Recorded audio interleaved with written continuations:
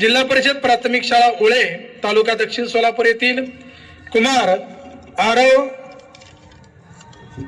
प्रवीण कदम या विद्यार्थ्यांना व्यासपीठावर यावं. इतिहास विसरणारी माणसं इतिहास घडवू शकत नाहीत आणि इतिहास घडवणारी माणसं इतिहास विसरू शकत नाहीत हा एक इतिहास. नमस्कार, मी आरव प्रवीण कदम, इयत्ता 6वीचा विद्यार्थी, PM श्री जिल्हा परिषद प्राथमिक केंद्र शाळा उळे. विषय मांडतोय स्वराज्य खात्याचे गुप्तहेर प्रमुख बहिर्जी नाईक. गुप्तहेर कोणाला म्हणतात, त्यांचं काम काय असतं, ते कोणासाठी काम करतात, असे अनेक प्रश्न सामान्य माणसाला पडणं साहजिकच आहे. तर गुप्तहेर त्याच्या देशासाठीच तसंच राज्यासाठी काम करत असतात. हेरगिरी करणं म्हणजे एखाद्या विशिष्ट गोष्टीची, विशिष्ट व्यक्तीची, विशिष्ट जागेची आवश्यक ती माहिती बारकाईने गोळा करून आपल्या राजाला, मालकाला किंवा सरकारला सांगणं हे गुप्तहेरांचं काम असतं. स्वराज्याचे गुप्तहेर प्रमुख बहिर्जी नाईक छत्रपती शिवाजी महाराजांचा तिसरा डोळा. छत्रपती शिवाजी महाराजांनी हिंदवी स्वराज्याची स्थापना उभा केली.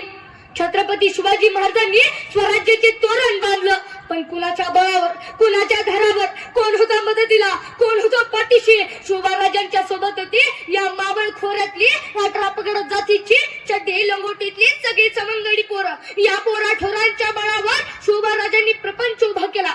या सगळ्या सवंगड्यांना शिवराजे सोबत घ्यायचे, दूरवर एखाद्या जंगलात जायचे आणि आपल्या सवंगड्यांना तलवारबाजीचा, युद्धाचं प्रशिक्षण द्यायचे.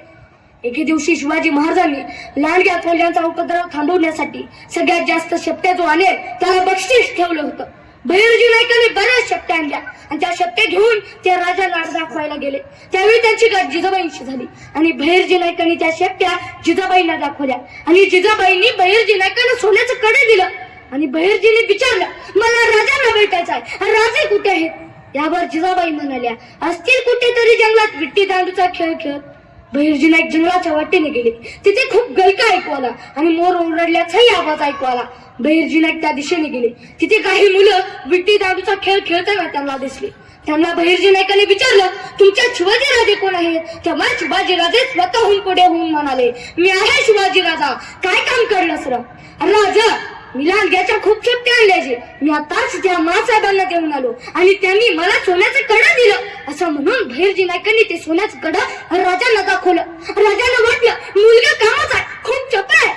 आणि राजाने विचारलं, काय काय येतं तुला? बहिर्जी म्हणाले, सगळं येतं जी. कसा बी आवाज काढतो, कुणाची नक्कल करतो, वेषांतर असं करतो राजा की तुम्ही मी ओळखायचं नाही. त्यावेळी राजे म्हणाले, असं तर रक्ताची आमच्या खेळा. त्यावेळी बहिर्जी म्हणाले, राजा उद्यापासून येतो की जे कारण नाही बापाला सांगा धडला असता. बरं जा. बहिर्जी नाईक जायला निघाले. 5-6 पावलं पुढे गेले आणि पुन्हा माघारी आले आणि राजांना म्हणाले, राजा हे बोलू का जे? अरे बोल की. नाही राजा, तुम्ही जी झाडावर ती खुनेचा पोरग उभं केलं बघा, त्याला सांगा या दिवसात वरवा एडत नसत्यात म्हणून. राजांनी मागचं गोळा केली अशी त्याला खोऱ्यातली, गिरेकंद्रातली अचूक ज्ञान असलेली, सूक्ष्म निरीक्षण नसलेली. अरे शिवरायांच्या सैन्याचा तो होता गुप्तचर, शिवरायांच्या सैन्याचा तो होता गुप्तचर. पराक्रम पाहून थरथरला होता मुघलांचा फेर. चातुर्य बुद्धी आणि थारसाचा तो होता धनी, चातुर्य बुद्धी आणि थारसाचा तो होता धनी. आणि बहिर्जी नाईक नाव ऐकताच शत्रूंची रात व्हायची थारी आणि सुनी. बहिर्जी नाईकांनी आपल्या हेरांसाठी कुठलीही एक खास भाषा तयार केली होती, जसं की पक्ष्यांचा आवाज, प्राण्यांचा आवाज, वाण्यांचा आवाज. आणि याद्वारे हे हेर मिळालेली माहिती बहिर्जी पर्यंत पोहोचवत आणि नंतर ती माहिती बहिर्जी नाईक महाराजांना देत असत. बहिर्जी नाईकांनी आपल्या हेरांसाठी कुठलीही लिखित स्वरूपातील भाषा तयार केली नव्हती, कारण लिखित स्वरूपातील भाषा शत्रूंच्या हाती लागण्याची दाट शक्यता आणि अशी ही सांकेतिक भाषा फक्त बहिर्जी नाईकांच्या हेरांनाच कळत होती. छत्रपती शिवाजी महाराजांनी बहिर्जी नाईकांना शिवतीर्थ नावाची कट्यार भेट दिली. त्या कट्यारीची विशेषता म्हणजे त्याच्या मागील बाजूस पितीमूठ होती आणि खालील सिंहाची नक्षी. त्या पितीमूठवर दाब दिल्यानंतर ती कट्यार कात्रीसारखी उघडत होती आणि त्यामधून विष ठेवलेल्या सुईसारखे पाते बाहेर येत होते. त्यामुळे या कट्यारीच्या हल्ल्यामुळे शत्रूचा बचाव होणे केवळ अशक्य. स्वराज्याच्या महादेवाचे ते होते तिसरे नेत्र. अरे स्वराज्याच्या महादेवाचे ते होते तिसरे नेत्र. शत्रूंची बित्तम बातमीचा शिवाला प्रसाद चढवणे होते त्यांचे कार्य. शत्रू नामोशाचा नाईक तो, नाव त्याचे बहिर्जी.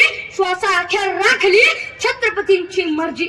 तो वारा होता, तो पाणी होता, तो तो गनिमाला जाणारी आग होता. एवढे बोलून मी माझे भाषण थांबतो. जय हिंद, जय भारत. छत्रपती शिवाजी महाराज की.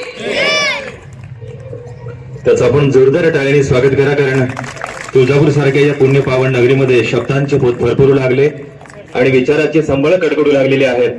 या ठिकाणी मी